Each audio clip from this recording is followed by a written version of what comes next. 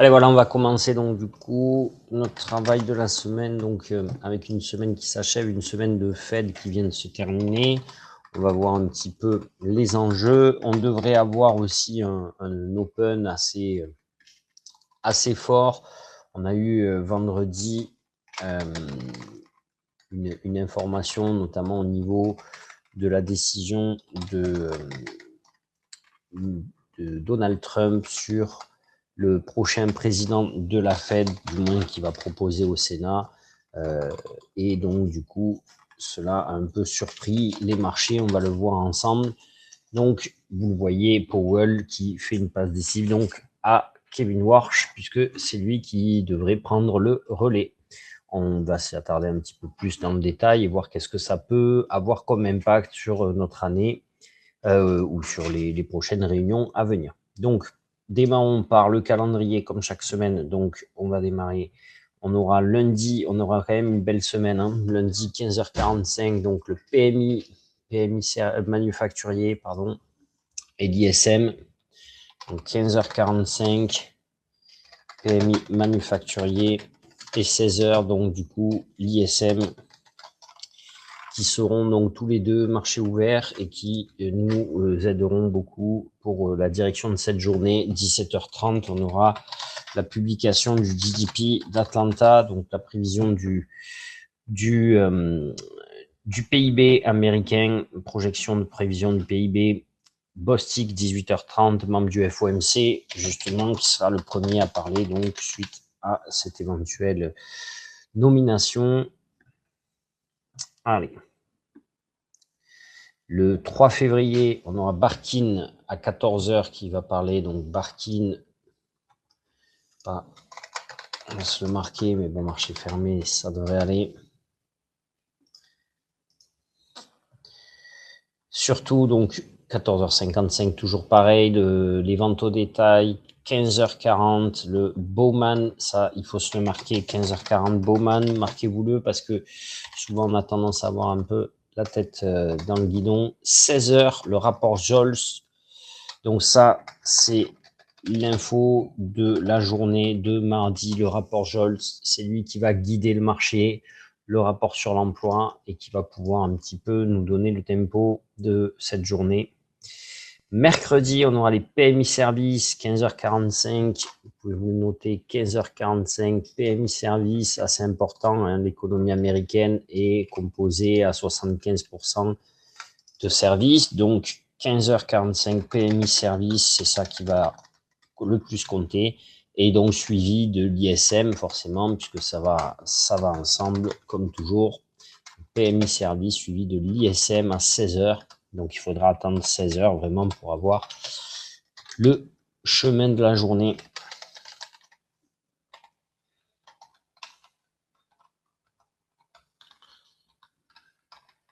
Hop, voilà. Tac.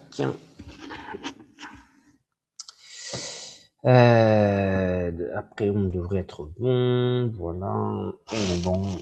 Le 5 février, Cook, donc c'est à minuit, donc on va pas trop s'y attarder. Suppression d'emploi, ce sera quand même bien hors marché.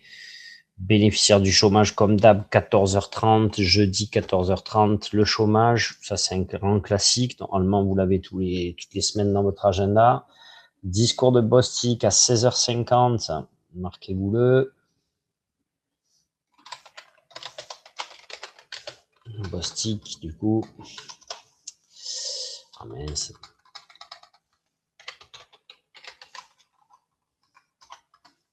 Donc c'est membre de la Fed hein, qui parle forcément puisqu'ils n'ont pas pu parler la semaine de Fed. Donc on a toujours un temps de coupure avant la réunion où ils peuvent plus prendre la parole. Et donc il y a toujours plus de monde qui parle la semaine après.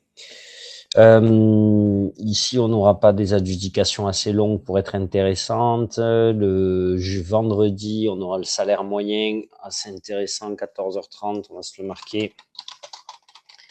Salaire moyen. On va avoir le taux de chômage à 14h30 aussi. Chômage. Donc, les offres d'emploi, ok. on va être sur l'indice Michigan à 16h. Bon, l'indice Michigan, on le sait, c'est un peu celui que Powell avait dézingué.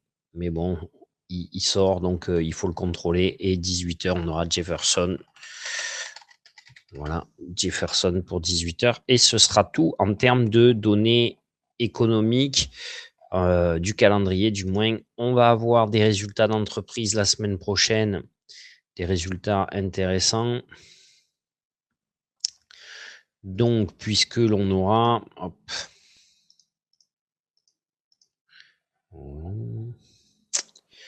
Donc, puisque l'on aura lundi 2, pas grand-chose pour nous de très important. C'est plus, normalement, si je me trompe... Ah, ben. Attendez, on va les classer par importance. On va faire ça. AMD, mardi soir. AMD, ça, marquez-vous le AMD, mardi soir. Donc, en post-market. OK, on a eu d'ailleurs le fleuron allemand qui ASML qui est un leader des microconducteurs qui n'a pas publié d'excellents résultats. Donc, il s'est fait découper ASML. Regardez si on fait stock value. Il s'est fait découper sur ici, il était du coup, vous voyez, à 1300 mercredi et après publication, il est descendu à 1100. Il a eu une grosse chute, une grosse perte. Après, il a pu récupérer un petit peu, mais il a eu une grosse claque quand même sur Après, il y avait une anticipation le lundi, mardi et qui lui a été défavorable. Et juste sur la journée de jeudi, je crois qu'il a perdu, ou de mercredi, pardon, il a perdu 14%, je crois, à un moment donné. En séance, c'était chaud. Donc AMD qui peut compter. Tac, tac, tac. Et donc mercredi, Alphabet. Mercredi, c'est Google qui nous donne ses résultats. Et Google, on va le voir, qui a son importance, vraiment, puisque c'est un des seuls des 7 fantastiques qui tient vraiment la dragée haute et la barque vers le haut. Jeudi soir, on aura Amazon. Jeudi soir, en post-market, ça en fait. Et voilà. Normalement, on sera bon puisque vendredi, il n'y en a pas. Donc voilà, on est tranquille. Donc, qu'est-ce qu'on a pu voir, qu'est-ce qu'on a pu lire ou comprendre cette semaine, en tout cas de cette réunion de Fed. Alors, attendez, je vais mettre 2, 3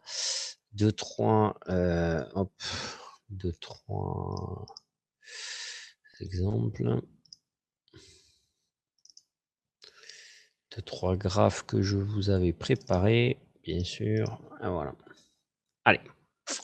Donc, on a eu cette semaine de Fed avec donc une semaine où c'était une réunion de Fed sans grand popo par Powell, et puis plus on va avancer, moins Powell va avoir de réelle importance dans ses propos, puisque tout le monde sait que ce sera plus lui le prochain président à partir du mois de mai.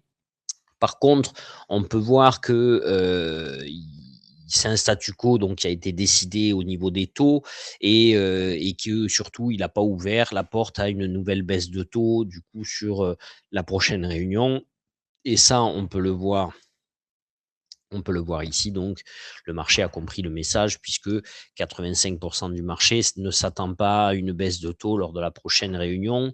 On est quasiment similaire du coup avec la semaine d'avant, alors que donc il y a un mois, il y avait quand même 50% du marché qui doutait qu'on puisse être sur un statu quo au niveau des taux. Donc, ça aussi explique un petit peu la difficulté à pouvoir aller chercher les plus hauts de tous les temps, et aller rechercher les plus hauts sur le Nasdaq, les vraies zones plus hautes. Attendez, je vais juste... Ça, voilà. On a donc Powell qui s'est exprimé sur le fait que pour l'instant, pour lui, les données dont bénéficiait la Fed ne ne nécessitait pas de baisse de taux supplémentaire. Il a quand même noté que si l'inflation, elle reste relativement élevée, parce qu'il estime donc que l'inflation devrait être autour des 3% sur le mois de décembre, donc le mois prochain. Et il nous a dit que donc si l'inflation reste assez élevé, il parle quand même on a atteint un certain niveau d'équilibre dans les deux mandats. Donc les deux mandats, je vous le rappelle, c'est mandat d'inflation, bien sûr, et donc de chômage, d'emploi. Hein, emploi et inflation, c'est les deux mandats de la Fed. Et donc, en disant que les tensions au niveau du mandat, elles sont un petit peu réduites.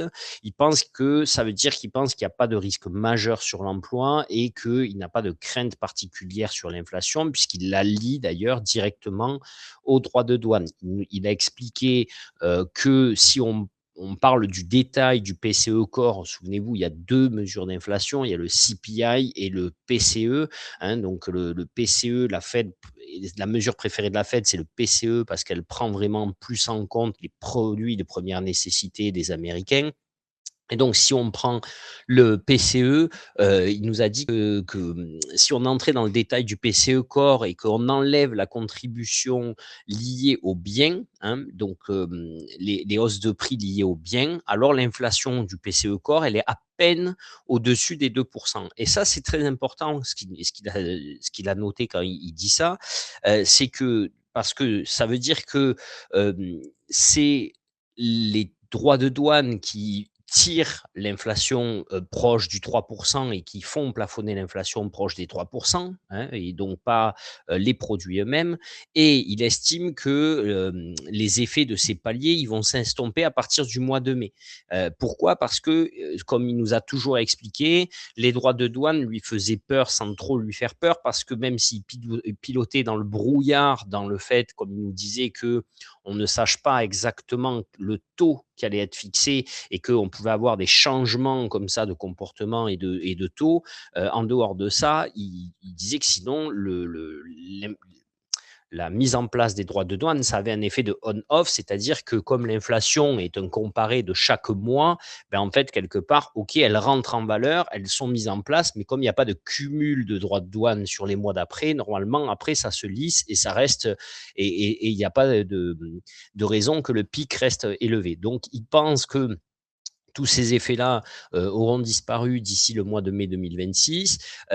Donc, c'était un vote de maintien de taux sans trop de surprise, puisqu'il y a eu 10 voix pour le maintien de taux et seulement 2 qui étaient favorables à une baisse. Les 2 qui étaient favorables à une baisse, je vous les donne en mille, c'était Christopher Waller et Stephen Miran, qui sont tous les deux clairement un peu les larbins de Trump, et qui sont surtout candidats à la succession de Powell, et qui aiment se faire remarquer et faire voir à Trump que ils ont, eux, par contre, envie de baisser les taux. Donc, il a rappelé que l'intérêt de la Fed, c'était de rester indépendante, qu'il n'est pas trop inquiet là-dessus. Et donc, 2 jours après, on aura eu une bonne réponse sur ce sujet. Il a après expliqué que les enquêtes, elles ne sont pas alignées. Donc ça, c'est ce point-là, que les enquêtes ne sont pas alignées avec les résultats et de l'économie américaine. Et ça, c'est un sujet qu'il avait déjà abordé, dont on avait déjà parlé. Souvenez-vous, quand on disait que les hard data et les soft data n'étaient pas dans le même sens. Donc en fait, là, on a de la soft data, de la confiance, vous voyez par exemple des consommateurs, qui est au plus bas, qui est un pic du plus bas. C'est un plus bas de 12 ans quand même. Hein. Donc c'est vraiment là, on ne donne qu'une année, mais on avait eu ce point bas sur l'année dernière. Après, on s'était redressé et là, on revient sur un point vraiment bas, et qui est le même point bas que l'année dernière et qui était le point bas de 12 ans. Donc, c'est quand même des craintes pour les Américains. On a des Américains donc, qui ont des craintes ici sur la possibilité d'augmenter leurs revenus. Hein, vous voyez, le pourcentage consommateur qui s'attend à avoir leur revenu en amélioration est de plus en plus faible. Pareil, on est sur le même point bas que ce que l'on avait eu là. On a une situation, donc là, les personnes, le ressenti global sur la situation globale, hein, donc du coup, qui est au plus bas aussi. Et on a des consommateurs qui disent que c'est plutôt dur de trouver un travail qui est au plus haut de tous les temps. Donc, on est quand même vraiment voilà, dans un contexte un peu particulier au niveau du ressenti. Tout ça, c'est de la soft data, hein, donc c'est vraiment ici des informations assez intrigantes, si on peut dire, hein, qui font se poser des questions au niveau des consommateurs et au niveau de la soft data. Et pourtant, au niveau des hard data, on a toujours des chiffres assez exceptionnels, puisque on a encore des entreprises qui permettent d'avoir des résultats très élevés et très favorables. Donc, on a cette idée aussi, ça renforce cette idée aussi de lire ces données en fonction de l'économie. Souvenez-vous, on avait parlé donc de l'économie en K, avec ces fameux 10% d'Américains les plus riches qui consomment pour plus de 50% de la consommation américaine. Donc, c'est quand même une statistique qui, chaque fois qu'on le dit, est troublante, mais c'est elle qui permet aussi, au fil du temps, que finalement les choses se tassent et si on reste sur cette même dynamique, puisse petit à petit devenir quelque chose de plus fluide, de plus cohérent dans la consommation. Donc, moi, l'idée que l'on se fait de ces propos de Powell, notamment par rapport notamment par rapport à ces informations-là sur les sondages, c'est de savoir est-ce que finalement, Powell, il a voulu dire ça pour nous expliquer. C'était un peu la question qu'on s'était posée en début d'année. Souvenez-vous, quand on avait regardé cette idée que justement les hard data et les soft data n'étaient pas en corrélation, on avait dit est-ce que finalement, du coup, est-ce que Powell, il essaye de nous prévenir que le, le que quelque part, il ne faudrait pas que les données économiques, les hard data, se rapprochent des soft data. Est-ce que donc il veut nous avertir, nous dire attention, gardez un regard là-dessus pour pas que les hard data soient tirés vers les soft data? Ou est-ce que ce qu'il veut nous dire, c'est que justement, aux États-Unis, on a quand même une particularité, c'est que quand on a payé des impôts, comme ils recalculent les impôts en fonction, il y a des Américains qui vont repercevoir là, pour la plupart des Américains, ils reçoivent un chèque de l'administration fiscale pour un trop perçu. On va rentrer dans cette période-là, donc on est quand même avec un flux de trésorerie qui va re-rentrer chez la plupart des Américains.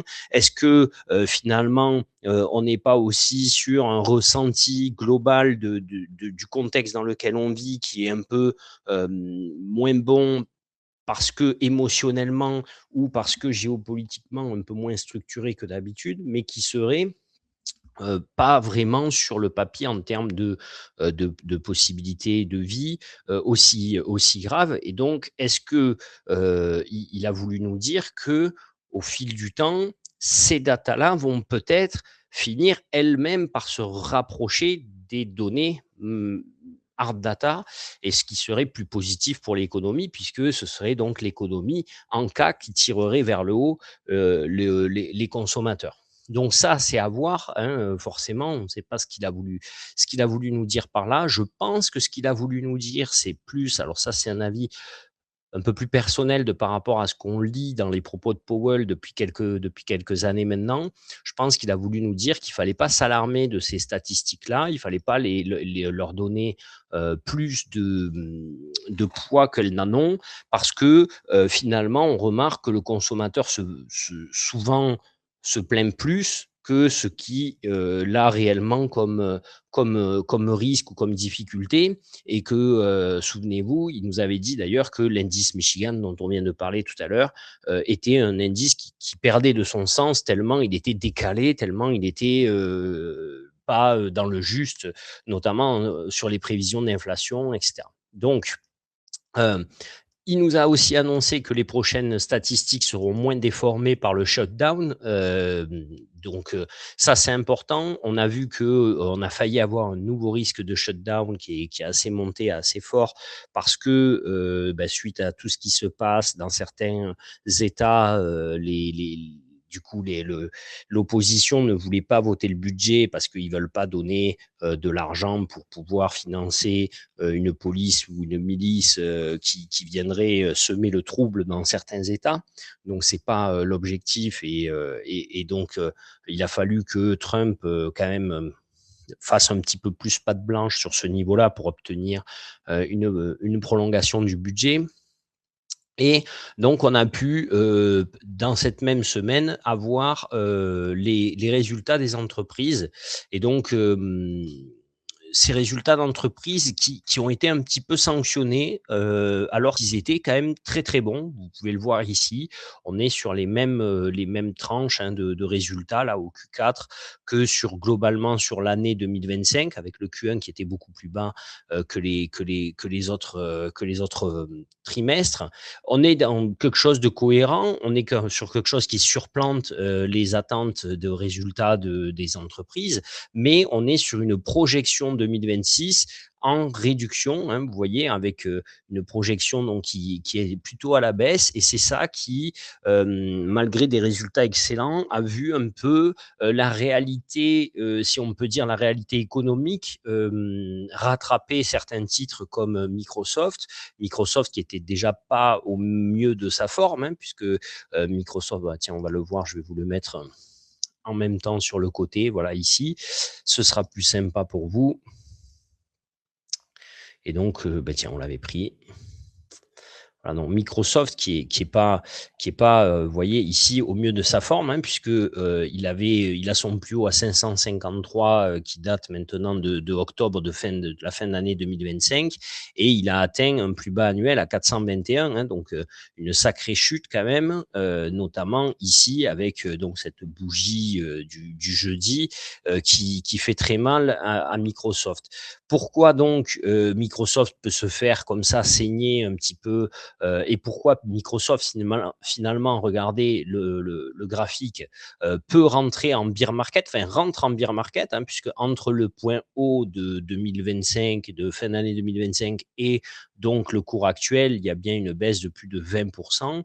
Et donc, pourquoi le Microsoft peut rentrer en bear market et donc créer des plus bas de plus en plus bas et rattraper, regardez ici, en fait, finalement, quand on revient là, cette poussée ici, la fin avril 2025, c'est début mai 2025, c'est les accords de Trump et de la Chine qui se mettent d'accord et donc pouf, qui poussent le Microsoft vers les plus hauts. Hein, comme le reste du marché.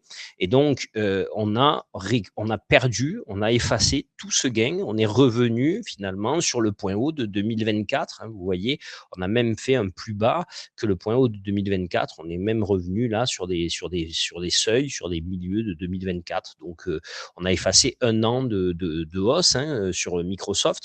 Pourquoi donc le titre s'est fait un petit peu secouer comme ça?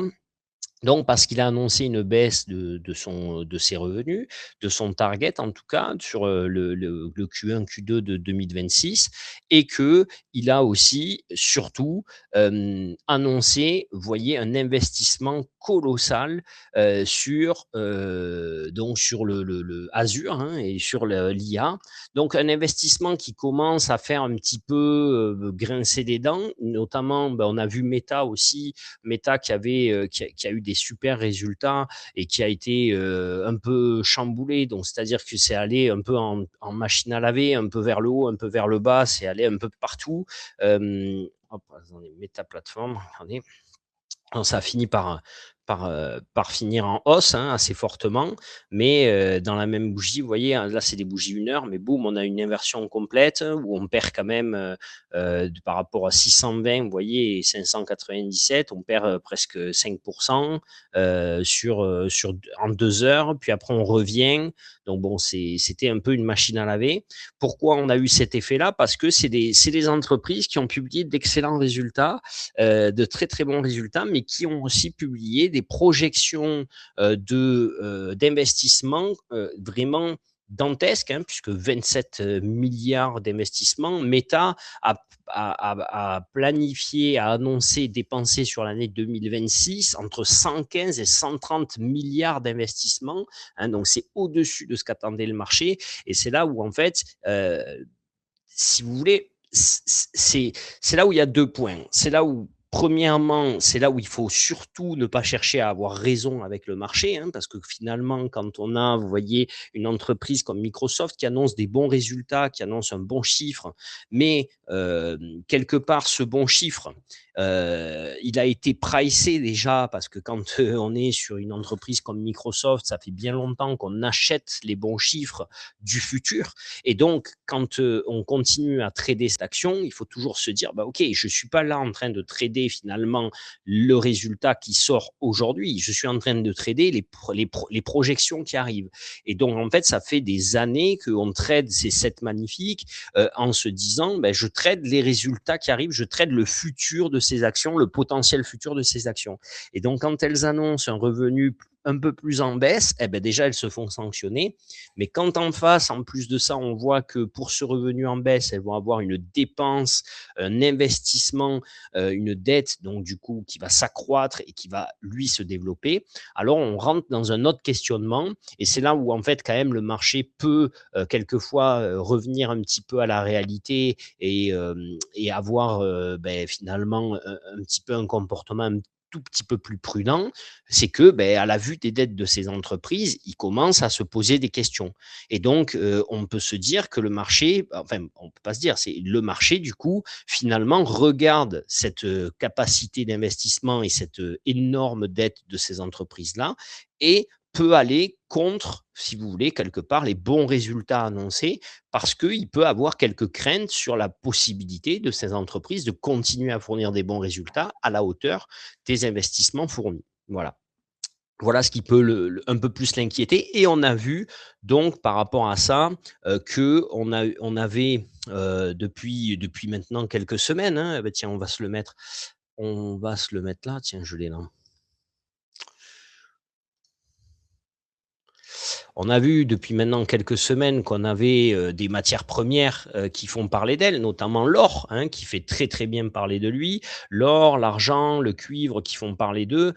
Pourquoi? Parce que ben, en fait, ils ont été vus comme des valeurs replies par ces personnes ou par ces investisseurs qui se disent qu'à un moment donné, peut-être que cette bulle sur l'IA ou cette bulle sur l'investissement, ce risque de dette colossale peut être à un moment donné un danger réel pour l'économie mondiale et que clairement, ça peut être un énorme danger pour l'économie mondiale puisque tout le monde peut être impacté, tout le monde peut être lié puisque tout le monde dépend par ricochet, que ce soit de manière directe ou indirecte, de cette capitalisation les plus fortes. Et donc là, qu'est-ce qu'on a pu voir? On a pu voir donc certains métaux, et notamment l'or, vous avez dû le lire, l'entendre, le voir un peu partout, s'enflammer. S'enflammer aussi, pourquoi? Parce qu'on est dans un contexte géopolitique qui quand même devient complètement foufou, qui devient complètement dingue. Hein. On a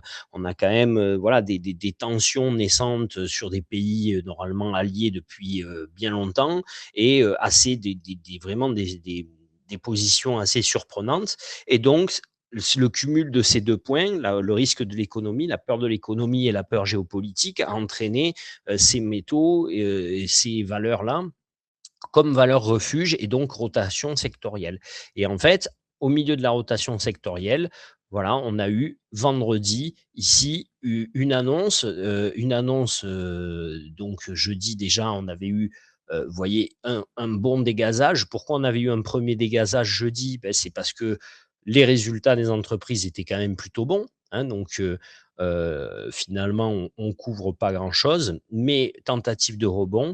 Et derrière, nouveau dégazage puisque on a Trump qui annonce que ce serait Kevin Warsh qui sera nommé à la Fed pour mai 2026 et qu'il est connu comme étant plus dur encore contre l'inflation que ce que peut être Powell. Donc, en fait, c'est un contre-pied surprenant qui était voulu un petit peu par le marché, mais qui surprend que d'avoir cette nomination, puisque donc on est sûr que ce sera quelqu'un de sensé qui sera au pouvoir à la direction de la Fed pendant les prochaines années et que ce ne sera pas quelqu'un qui baissera les taux à tout va et devrait s'emboîter directement dans la stratégie de Trump. C'est au contraire plutôt même quelqu'un qui est vu comme plus dur que Powell, plus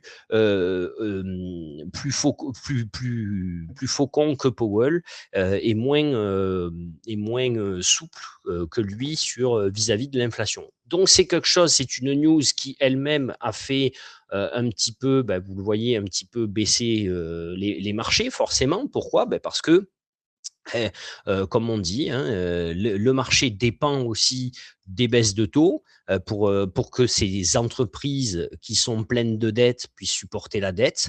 Les taux n'ont pas intérêt à rester élevés non plus trop longtemps et donc ça a tiré aussi un petit peu le marché vers le bas et je pense que c'est le genre de news qui devrait nous permettre de corriger et de revenir vers des seuils, vers une phase. Alors on voit hein, qu'on n'est pas graphiquement, tiens, on va passer du coup sur l'analyse graphique. On voit que si vous voulez, au niveau de l'analyse graphique, c'est quelque chose d'intéressant, c'est qu'on a tenté de franchir les fameux 26 100 hein, dont on parlait, vous voyez, ici, on a tenté de les franchir. On n'a pas vraiment réussi à les tenir au moment notamment de la Fed et des résultats de la Fed. Et donc, on a fini par les casser sur les premiers résultats d'entreprise et de re-rentrer dans cette phase de range. Hein. En fait, finalement, on est dans une boîte là de range entre les 25 100 et les 26 100. On est dans ces 2% là d'évolution du marché depuis maintenant quand même un petit moment, depuis, je dirais, presque novembre de 2025. Donc, ça fait quand même maintenant pas loin de 2 mois que on est dans enfin, ça fait 2 mois qu'on est dans ce range-là avec quelques tentatives de percer par le haut, mais qui n'y arrivent pas vraiment. Donc, on a eu un plus haut, on y est, ça y est, enfin, mais par contre, tout de suite retracé par un M, hein, vous voyez là, avec un plus haut, un point bas, un plus haut, plus bas, et boum, une grosse claque.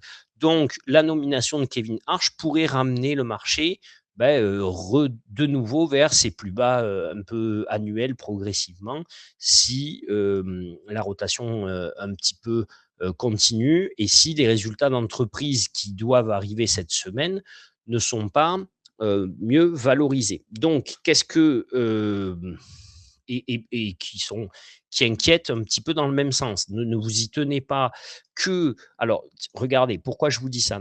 Ça peut être pire même parce que regardez, si on enlève Microsoft, est-ce qu'il y a quelqu'un qui a des questions par rapport à déjà à la macroéconomie que l'on vient de voir? Au cas où, comme ça on le fait avant de passer vraiment à l'analyse graphique. Donc voilà, c'est le moment si vous avez des questions, allez-y. Donc, je commence l'analyse graphique, mais si vous avez une question, vous pouvez la poser, vous pouvez prendre la parole avec le micro ou sinon la poser dans le chat. Donc, ici, on voit assez clairement qu'on a l'analyse de Microsoft. On voit qu'on était quand même avant les résultats. Hein. Là, on est, vous voyez ici, mardi, donc mercredi même, vous voyez, c'est mercredi 17h. Donc, c'est un petit peu vraiment pile le moment là avant les résultats. Donc, si on compte avant les résultats, on n'était déjà pas dans une forme sensationnelle pour Microsoft. On était déjà très loin des plus hauts actuels. Si vous regardez et que l'on prend par exemple Apple qui a lancé aussi de très bons résultats, annoncé de bons résultats. Voilà les résultats d'Apple avec des résultats qui sont vraiment positifs le plus haut est bien loin et au moment où on annonce donc les résultats, finalement, on reste dans le même range. Si on prend les résultats de Tesla, Tesla, voyez, regardez, le plus haut est ici. Par rapport à, donc aux résultats, on est resté dans le ventre mou du range. On a eu un effet un peu haussier, un effet baissier, mais on est resté kiff kiff dans le range depuis l'annonce des résultats. Si on prend donc Meta, Meta, eux, sont sortis plutôt par le haut, ok, de ces résultats-là sur cette semaine, bien par le haut même. Et qu'est-ce qu'on avait d'autre? Microsoft, donc on l'a regardé, Apple, Tesla. Et si on regarde donc du coup maintenant ceux qui doivent arriver, on peut voir que si vous voulez dans ce marché-là, regardez, le seul qui est vraiment sur ses plus hauts, c'est Google. Google qui a encore fait cette semaine son plus haut historique, qui a franchi le plus haut historique et qui est allé chercher un plus haut historique jeudi, donc en séance. Et qui donc, lui, tient vraiment sur ses plus hauts. Là, cette semaine, c'est les résultats de Google. Si le Google ne sort pas des résultats excellents et ne sort pas des projections de résultats dignes de son cours, on peut avoir un retournement de Google qui le ramène, par exemple, imaginons vers un 300 000, la plus bas du mois précédent. Hein, regardez, si on perd un mois de gain sur Google, ce ne sera pas une crise, hein, ce ne sera pas une crise existentielle de la part du titre et ce ne sera pas non plus révolutionnaire au niveau boursier. Mais par contre, le Nasdaq lui-même pourrait quand même se mettre à tirer la gueule si on se met à avoir ce genre de résultats parce que finalement, jeudi, vous voyez, on est venu, regardez ici, tac, jeudi, on est venu avoir ces grosses bougies rouges avec au milieu de ça un Google qui lui faisait son plus haut de tous les temps. Donc, si Google se met à faire la gueule, il entraînera les autres avec lui et on peut très très vite tirer la chasse d'eau. Donc, il y a un gros risque de venir casser ce plus bas là, hein, en troisième tentative. Donc là, on l'a vu. On a eu, à force de le tenter, on l'avait dit la semaine dernière, on risque de casser les 26 000. Et donc, si on casse les 26 100, on avait dit, souvenez-vous, on reviendra dessus. On voit que ça a marché parce que quand on est revenu dessus, on a bien rebondi là, ici, 26 080, vous voyez, 26 100 pile et ici 26 100 et hop, on a bien rebondi. On l'avait dit la semaine dernière, hein, souvenez-vous, c'est ce qu'on avait marqué dans notre prise de notes, hein, il me semble. Hop, regardez, j'avais dit, Messi Cassure retour sur cette zone pour rebond. Hein, 26 050, 26 100, mais si cassure, retour sur cette zone pour rebond, on l'a bien vu, ça a cassé, c'est revenu dessus, et boum, rebond immédiat. Donc très très propre, hein, très bien pour nous, un très bon trade. Par contre, deuxième passage, il se fait fracasser, et on avait dit que si plongeons, alors on pouvait avoir une inversion par le bas avec un plus haut sur 25 000, et si cassure des 25 000, on pouvait avoir une direction 24 000, et donc là, ça se confirme encore plus, c'est-à-dire que finalement, si je le regarde sur un temps plus long, j'ai presque un épaule quelque part. Là, si vous voulez, hop, attendez, je peux avoir, je peux avoir quelque chose plus à l'intérieur et à nouveau un top avec ça. Et donc là, ce serait le potentiel, si vous voulez, presque un potentiel M comme ça, avec un plus haut qui soit, si vous voulez, parce que on est venu, mais on n'est pas allé plus haut que le plus haut de tous les temps. Vous voyez, on est allé plus haut que l'intérieur, mais on n'est pas allé plus haut que le plus haut de tous les temps. Et quelque part, on pourrait donc avoir un retournement du marché qui nous fasse mal et qui puisse venir, si vous voulez, cette fois-ci travailler par en bas.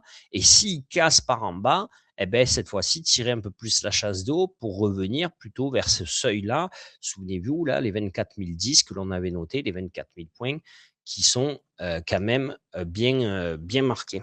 Voilà. Donc, ça, on va se le marquer. que ça sera assez rapide, hein, puisque c'est dès mercredi que l'on aura les résultats de Google. Et donc, je pense que déjà, dès l'ouverture sur cette info de vendredi de la nomination de M. Warsh et de cette rotation du coup sectorielle entraînée au niveau au niveau des métaux et de la matière première, la tech résiste, mais je ne sais pas si elle va pouvoir résister à cette annonce. Parce que je pense que ce qui a permis de résister un petit peu à la tech, c'est aussi le fait qu'il y ait beaucoup d'argent mis dans les métaux qui soit sorti et qui soit tout de suite réinjecté dans les actions.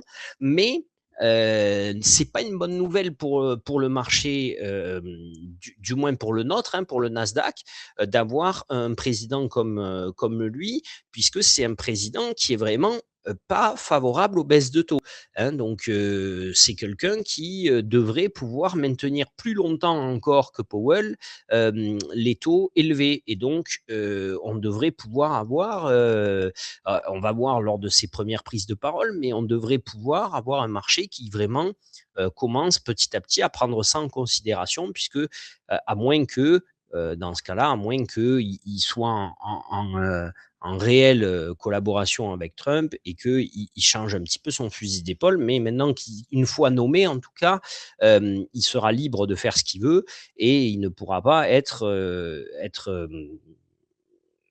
secoué, il pourra être insulté sur Twitter par Trump, mais il ne pourra pas être manipulé, donc il pourra faire ce qu'il veut. Donc voilà. Pour moi, donc, j'envisage donc plutôt, hein, clairement, on le voit, donc, on va plutôt se noter rapidement le point haut, parce que le point haut, on le voit, c'est 26 000, hein, clairement, 26 000. D'ailleurs, regardez ici, sur la tombée du marché, hop, on a rebondi jusqu'à 26 040, et après, on a bloqué. Hein. Et en séance, on a failli revenir aux 26 000, là, 939, et boum, on a repris une claque. Donc, clairement, en point haut, on est sur du 26 000. Hein. Donc, si haussier, attention, 26 000 en blocage, hein, c'est la zone bloquante forte, ok. Et au milieu de celle-là, on aura le 862. Regardez, le 862, c'est la fameuse zone ici qui avait bloqué tant de fois. Hein. Donc là, même si on devait faire une tentative, on pourrait bloquer sur cette zone et boum, retomber encore. Donc voilà, avec le fameux, on va se mettre 25 862 qui est bloquant depuis 2 mois. Hein. 2 mois facile, hein, parce que regardez, il avait été bloquant même ici en novembre. Donc, c'est sur en fait, pour moi, c'est sur cette zone-là que l'on bascule soit en schéma haussier, soit en schéma plutôt baissier. Et là, on a plutôt basculé sur un schéma baissier. Donc, du coup, même sur le Nasdaq, pardon. Hop, et donc, du coup, si baissier, attention, zone 25 100 comme zone repli max point bas si cassure.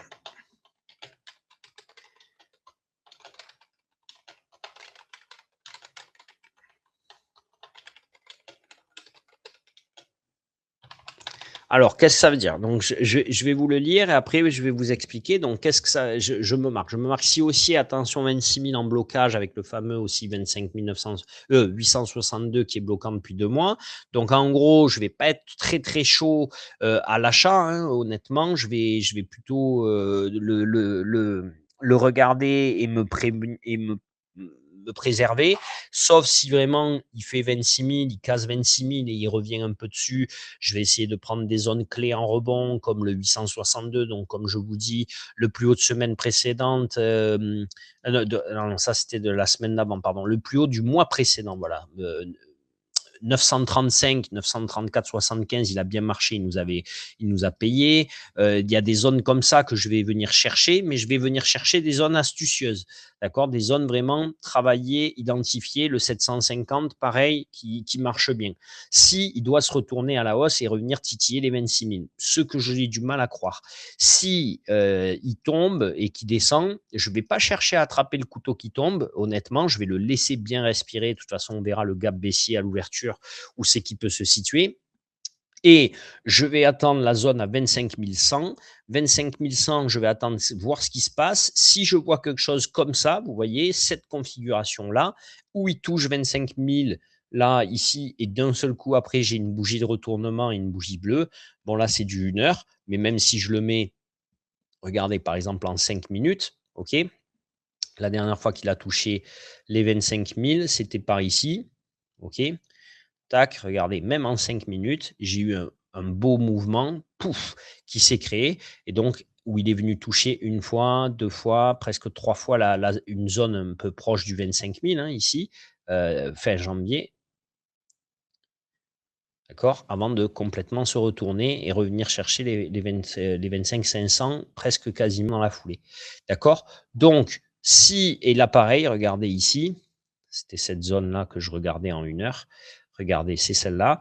S'il vient, vous voyez ici, comme ça, sur les 25 000, hop, 25 100, et vous voyez qu'après, il commence, on va le laisser toute cette zone-là, mais c'est quand il va commencer à partir que là, on va pouvoir essayer de le suivre. OK? Là, hop, si je me mets, parce que là, en 5 minutes, c'est sur du 1 heure. J'ai entendu que vous avez parlé, hein, mais attendez 2 secondes, je regarde la zone du 25 000, la date. Voilà, donc c'était ça, 21 janvier, c'était ça, et du coup 18 décembre, c'était bien ça. Voilà. Alors, ah ben bonsoir Agnès. Ok, c'était juste un bonsoir. Donc voilà, donc là, attention, parce que quand il va venir ici, on va bien attendre sur la zone des 25 100. On ne va pas chercher à attraper le couteau. On va bien attendre, on va bien regarder ce qui se passe. Regardez, ici, si vous rentrez là-dedans, c'est magnifique. Regardez, il touche les 25 100 et la bougie d'après, son plus bas, elle est déjà à 109. La bougie d'après, son plus bas, elle est déjà à 172. Et après, son plus bas, elle est à 191. Donc, vous imaginez, là, vous êtes rentré même à 109 ou à 110, vous êtes déjà à 90 points. Donc, vous avez le temps. Laissez-le se retourner, le marché. Et une fois qu'il s'est retourné, là, vous vous dites, OK, c'est le signal d'achat. Et là, c'est intéressant pour aller chercher, du coup, là, on va le voir tout de suite. Hein. Qu'est-ce qu'on peut aller chercher s'il revient sur 25 100? Au minimum les 300. Pourquoi au minimum les 300 et pas le 400 ou le 500? Parce que à force de le toucher, il rebondit de moins en moins fort aussi. Hein. Donc nous, si on fait déjà 25 100, 25 300, ce sera très très propre, ce sera beau, un très bon trade pour nous. Voilà. Et derrière, on peut revenir tester le plus bas de l'année. Pourquoi pas le franchir, le casser? Et si on commence à casser le plus bas de l'année, attention, souvenez-vous, c'est ce que je vous disais, il n'y a pas grand-chose qui nous retient entre 25 000 là et le 24 000. Moi, je vais passer du coup plutôt vendeur, honnêtement. Je vais plutôt être shorter, plutôt être à la vente qu'à l'achat sur ces zones-là parce que je vais avoir du mal à identifier des zones de réel rebond où on peut avoir un rebond fort. Je vais peut-être me méfier du 24 600 que l'on s'était marqué, hein, il me semble, la semaine dernière. Mais c'est à peu près tout, hein, 24 400, 24 600. Mais c'est à peu près tout. Je n'ai pas beaucoup de zones à risque, je trouve. Voilà, je n'ai pas beaucoup de zones de soutien. Donc voilà. Donc ça, je vais me le marquer. Donc, si baissier, attention, comme zone repli max, point bas. Si cassure, alors tendance vente à 24 000. Donc, si cassure du 25 000, 25 100, 25 000, donc cette zone de 100 points, je vais la laisser respirer. Mais s'il la casse, alors là, je vais plutôt être vendeur. S'il casse le plus bas du mois précédent, vous voyez, 24 880, ça, je vais me le marquer. Hop, plus bas mois précédent. 24 880, ça marquez-vous le plus bas du mois précédent ici, hop, regardez, hop, 887,75. Parce que ça peut être un bon trade aussi. Plus bas, hop, 887,75. Si vous le prenez là pour 5 points, normalement, vous les aurez assez rapidement. Ça, cette zone-là, elle doit payer. Et après, une fois qu'il a cassé, de toute façon, il ne nous restera plus grand-chose pour nous retenir. Voilà. Donc, je vais plutôt passer vendeur si on casse cette zone-là, ok, une centaine de points. Là. Voilà, si on casse cette zone-là, je vais plutôt être à la vente, du coup, avec un objectif d'aller chercher le 24 000 points. Voilà. Est-ce qu'il y a des questions pour certains, que ce soit graphique ou autre?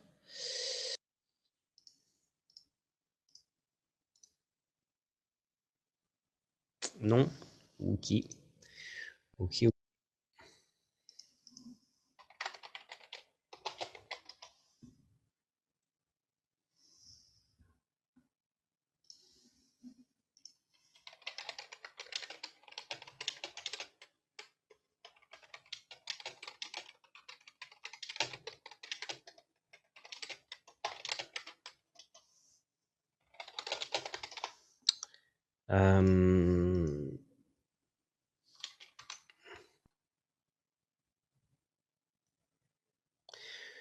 Comment trader avec plusieurs PA et comment s'organiser au niveau des jours de trade? Ben, comment trader avec plusieurs PA? Moi, ce que je fais, c'est que je les trade par bloc. Donc, je trade déjà pas sur la même position, parce que sinon ta position, si elle est perdante, elle te fait mal à plusieurs comptes en même temps, et ça c'est le meilleur moyen de tilter. Donc pas déjà sur la même position. Là, des positions, des zones clés, il va y en avoir plusieurs. Tu peux peut-être justement les trader avec un esprit différent chacun. Et comment s'organiser au niveau des jours de trade? Je m'organise pas généralement en fait. Ben voilà, si tu démarres jour 1 demain, si tu as, je sais que toi tu as un payout mercredi. Ben, mercredi ça peut être ton jour 1. Donc jeudi, vendredi, ça te fera 3, 8, et donc tu es obligé de trader en fait du coup 13 jours. Donc tu as largement le temps pour avoir un nouveau retrait. Donc en fait, tu n'as pas trop de. En fait, ça s'emboîte tout seul. Tu n'as pas de stratégie à avoir au niveau des jours. Si tu veux, à partir du moment où tu es sur un compte qui paye et les autres qui sont en cours, ben en fait, ça s'enchaîne du coup tout seul automatiquement. Il y a un roulement de 2-3 jours à chaque fois qui glisse. Il y a un petit glissement parce que comme tu demandes le vendredi, tu es obligé d'attendre le mercredi. Mais ça se fait naturellement. Ça marche au niveau calendaire. Donc du coup, là, ben, si tu démarres un compte demain, tu seras à jour 10 le vendredi, où ton compte qui fait le retrait, lui, ne sera qu'à jour 8. Donc, du coup, ben, ça fait le roulement. Voilà.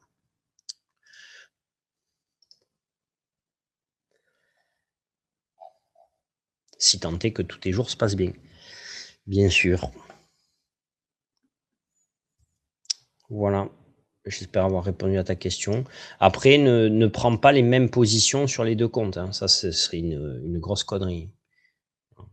Ça, c'est vraiment. Il vaut mieux. Dites-vous un truc, les gars, c'est que le compte, vous l'avez, et quelque part, tu t'en fous de quel jour. Il n'est pas obligé. Déjà, dans la règle, ils te disent pas qu'il doit te donner de l'argent dans 10 jours. Ils te disent que tu dois avoir 10 jours de trading minimum. Donc, c'est pas quand tu as 10 jours, il faut que tu atteignes la somme. Ça veut dire qu'il faut que tu atteignes la somme et qu'il ne faut pas que tu l'atteignes trop vite. Donc, il ne faut pas le voir dans le même sens. Ce qui fait que si tu as besoin de 20 jours, tu t'en fous. L'essentiel, c'est que toi, il t'aura coûté 150 et tu auras retiré 1500.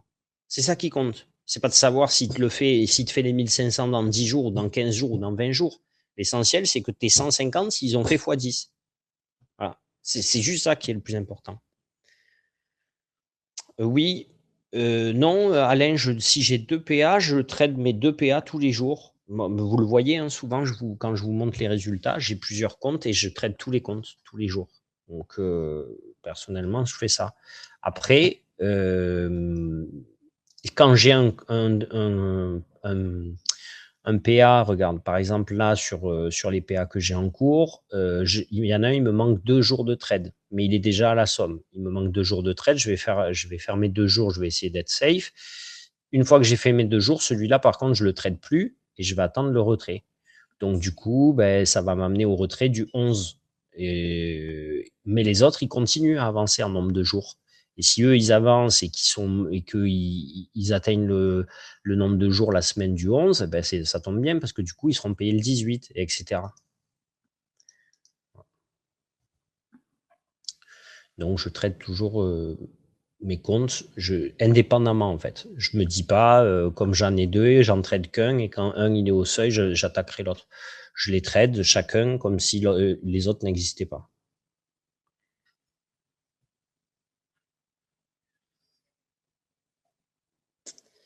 Voilà.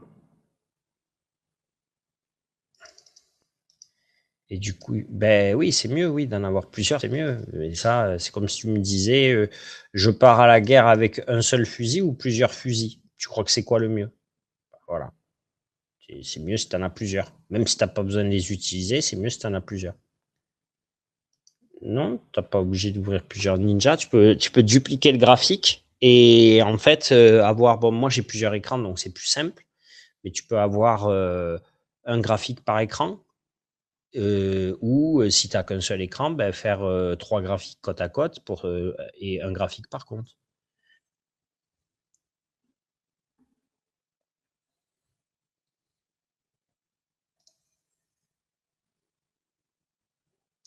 Tu fais clic droit sur ta fenêtre Ninja et quand tu fais clic droit, il y a écrit, je sais pas, je crois pas que ça s'écrit dupliquer. Je te montrerai demain sur le live. Mais en gros, tu fais clic droit sur le haut de la fenêtre, là, comme ça. Tu fais clic droit, ici, sur le haut, pas sur le graphique ici, mais sur le haut, là, comme ça. Et je crois que c'est doubler la fenêtre, quelque chose comme ça s'appelle.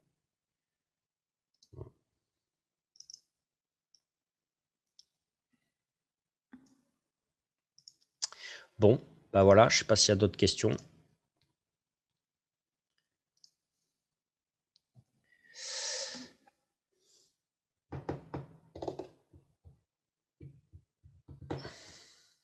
Allez, bah, s'il n'y a pas d'autres questions, on va rester là. Merci à tous. Donc, bah, écoutez, regardez ceux qui sont levés. Moi, je vais essayer de rester debout pour voir le gap à l'ouverture. Je pense qu'il y aura un petit gap baissier vu les news. C'est en tout cas, j'espère. Alors, comment dire, c'est un peu particulier parce que vous savez que je suis pas le meilleur prédicateur de baisse. Oui, c'est à minuit, Agnès. Et je suis pas le meilleur prédicateur à la baisse, mais donc j'espère me tromper parce que je préférerais que le marché reste dans ce range de 1000 points là pendant quelques temps. Je trouve que c'est une zone où on est assez confortable. Mais s'il tire la chasse, ça peut être intéressant aussi. Donc, ça peut être, on pourrait revenir sur des zones intéressantes aussi. Voilà. Donc, c'est pour ça que je vais m'y intéresser, savoir s'il ouvre toujours dans la zone ou s'il fait plutôt un gap baissier. Allez, bon, ben écoutez, merci à tous du coup, et à demain. Demain, donc, pour le live, on reprend le live, bien sûr.